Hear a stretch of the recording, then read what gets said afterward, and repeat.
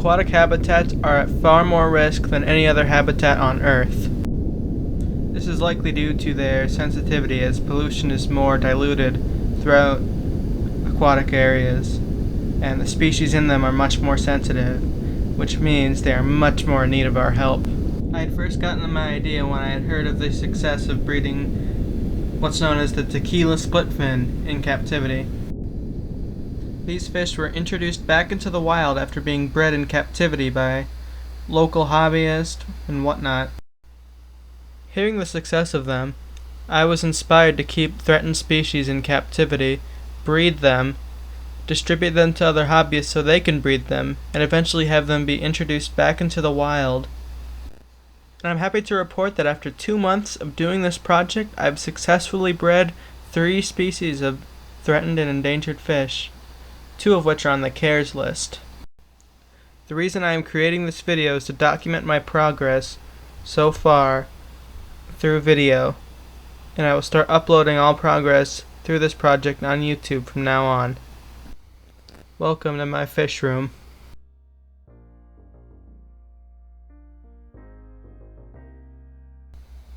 Now the first section of 2 that we're going to be looking at is the main rack. Now the first fish I have here is not threatened.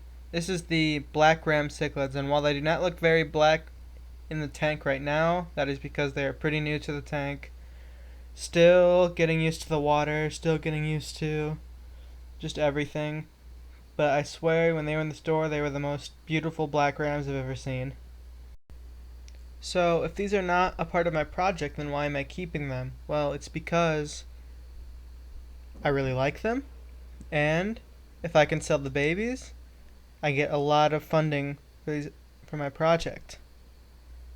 And honestly, I've always just wanted ram cichlids, and I want more experience with South American cichlids before I start breeding more special and endangered species. So I figured these were a good start that weren't the apistos and such that I'm used to. The next tank that I have right next to the rams is this one. Now you're not going to see too much in this tank unless you pay attention, but I have a bunch of Coptodon cate fry, which is a fish that I'm going to talk about in the next section. But I left a bunch of algae in this tank because I noticed that the fry get bigger when they have stuff to graze and pick at. So I just decided to leave a bunch of algae in here and not really bother it, even though it grosses my family out quite a bit.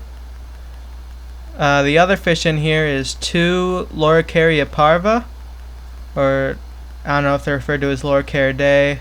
I got them yesterday, as in the day before filming this, so I do not really know much of how they're called yet.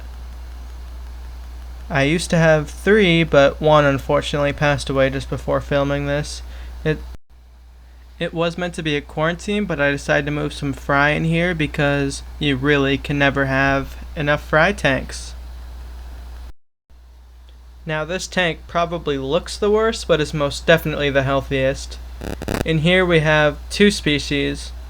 One is just the regular Neocardinia shrimp that you see everywhere. This is a Skittles variety, so it looks, a lot of them are just clear, looks more wild type. I like the wild type fish, if you couldn't tell. And the other fish I have in here is the humpback limia, but going by the scientific name, it's Limia negrofasciata, which is what I prefer to use. But these fish are gorgeous. They're still babies. I bought 6 juveniles, but was given 8. Overall, I just cannot wait for these guys to grow up, and I'm excited to see what the future holds for them. This right here is probably my favorite of the live bears I have. These are Xenoteca eiseni, or the red-tail splitfin, but don't get them confused with the doadroy or the lysini. They all look very similar but are different species. So these are the eiseni, and you do not want to mix them with the doadroy or lysini.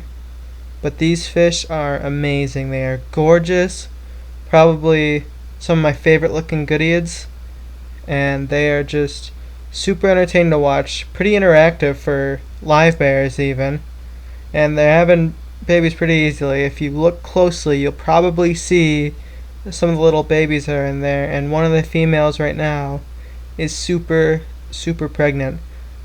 The one thing, the one thing with this tank is that the original pair I bought had that gorgeous, gorgeous male, but unfortunately the female had only one eye and did not. She hasn't seemed too healthy ever since I got it. There's always been something sort of up, but I believe she is the one that had babies recently, and they're doing really well.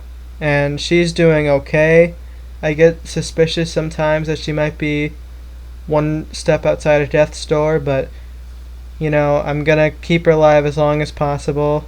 If she passes away, it's really unfortunate, but I'm prepared for it. I have two other females in here, very much ready to have more babies. So I'm guessing there's about 6 babies in here right now, which is decent. I should probably put some more cover in this tank. It's pretty difficult to get cover when you're on a budget, but trust me, I am trying. Now moving on to the top side of the rack, we have an empty tank. This is a little more interesting than it seems right now, but I'm going to move some Amica Splendens in here that I'm growing out in an even smaller tank right now. I got them super small from an auction, but they're doing really well. I'm excited to move them into this tank and have them grow out a little quicker, but yeah, that's about it for this tank.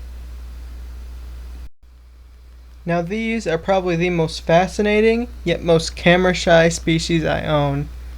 They're also the rarest. These are Astatotilapia stappersi. You're not going to find much information about them on Google. They are just an absolutely incredible species. I absolutely love them. They have such amazing personalities, and they're a dwarf cichlid. They're also Tanganyikan, and they look like tiny little haps or peacocks. They're amazing. Super pretty too, but only the dominant males really.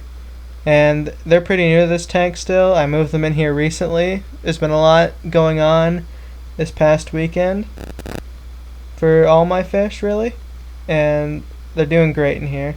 Now this tank does have like a slight green hue for some reason that I can't seem to get rid of, because it's not algae, but it's also not anything toxic, because I had fish in this tank for months with that hue before I added these guys, so I don't really know what's going on in there, so I'm just gonna leave it because they're doing just fine. And you can see over to the side of this tank, I do have the Amica Splendens tank that I'm growing them out in, but I can't get any footage of it because there's just too much glare. Now this tank is just pretty much a mess. It's a 46-gallon bow front.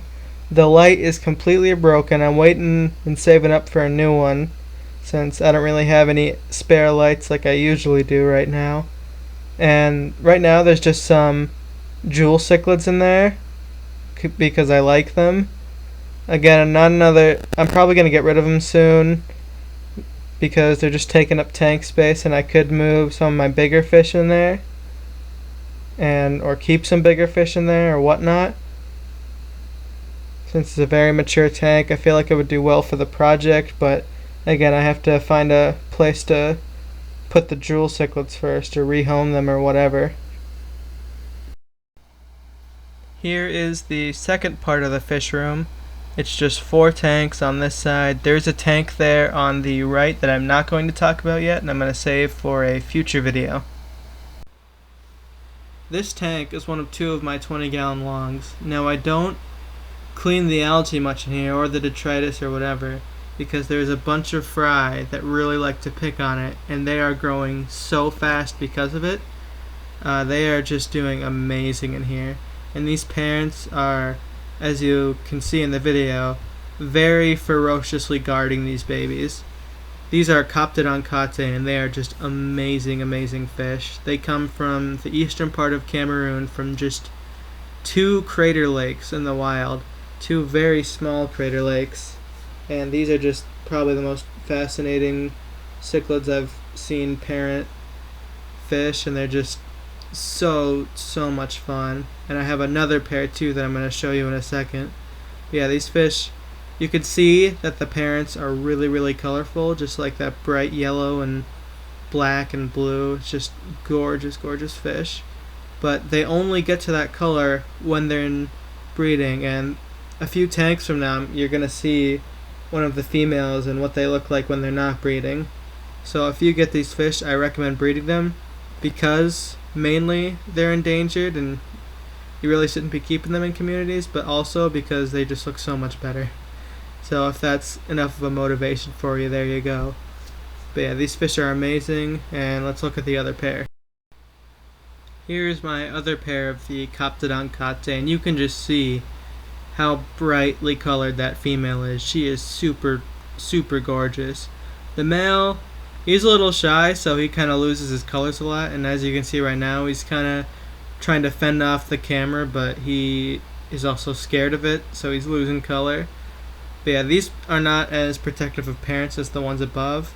These fish are very, very different, both in color and in temperament, just in every way. But yeah, these guys have had babies very, very recently. They are doing amazing, and I am enjoying every minute of it. They're just so fascinating to watch. And I have had success breeding these fish in just 30-inch tanks. These are 20-gallon longs, which is probably a little small, but it's working really, really well. Now this right here is just a very, very simple platinum rice fish tank. I had been eyeing up these fish at my local fish store for a while, and I finally decided to pull the trigger and buy them to try and make some extra cash because I wanted some experience with this type of egg layer before I started breeding other types. But unfortunately, because I have issues sexing fish for whatever reason, I sort of bought 3 females somehow, so I have had no success breeding them, and I am waiting to order more so I can get some males. Now for the last but not least tank is a holding tank. Pretty much all the fish in here I'm trying to rehome. I don't really have a place for them. I want to move other things into this tank, but you could see I have some Buenos Aires tetras schooling around and a random Gelitochromis marleri that I don't really know what to do with. I bought them a really long time ago thinking I was going to do a Tanganyikan tank, but it never ended up happening. I had too many problems with the tank, and then I started doing the project, so he's just been all over the place, really. So I gotta find a place for him. And you can see that one of the extra female Captodon Kates that I have, and this is what they look like when not colored up. Pretty boring, very entertaining to watch. I still think they're a very good fish, but definitely not for everyone. Anyways, that is going to be it for this video in this fish room. I have so much more stuff I want to do on this channel, not just fish stuff. And I do have other tanks in the house that I would like to showcase that aren't related to the project. And even all these tanks aren't related to the project, but there are going to be more being dedicated to it.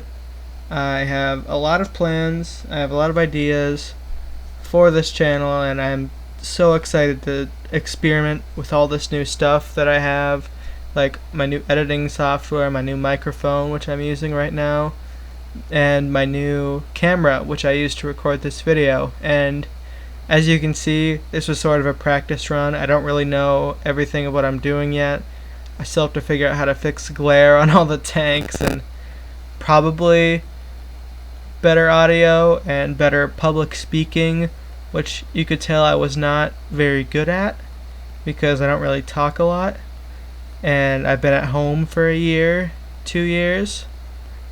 So there's a lot I have to figure out still. I'm very excited though. I hope to document all my progress with different projects, different road trips, different vacations. There will be a lot of travel to this channel. I want to share so much stuff that I like to do with this channel and just experiment with all sorts of things. And I hope anyone who actually subscribes and watches me more will go on that journey with me. Thank you and goodbye.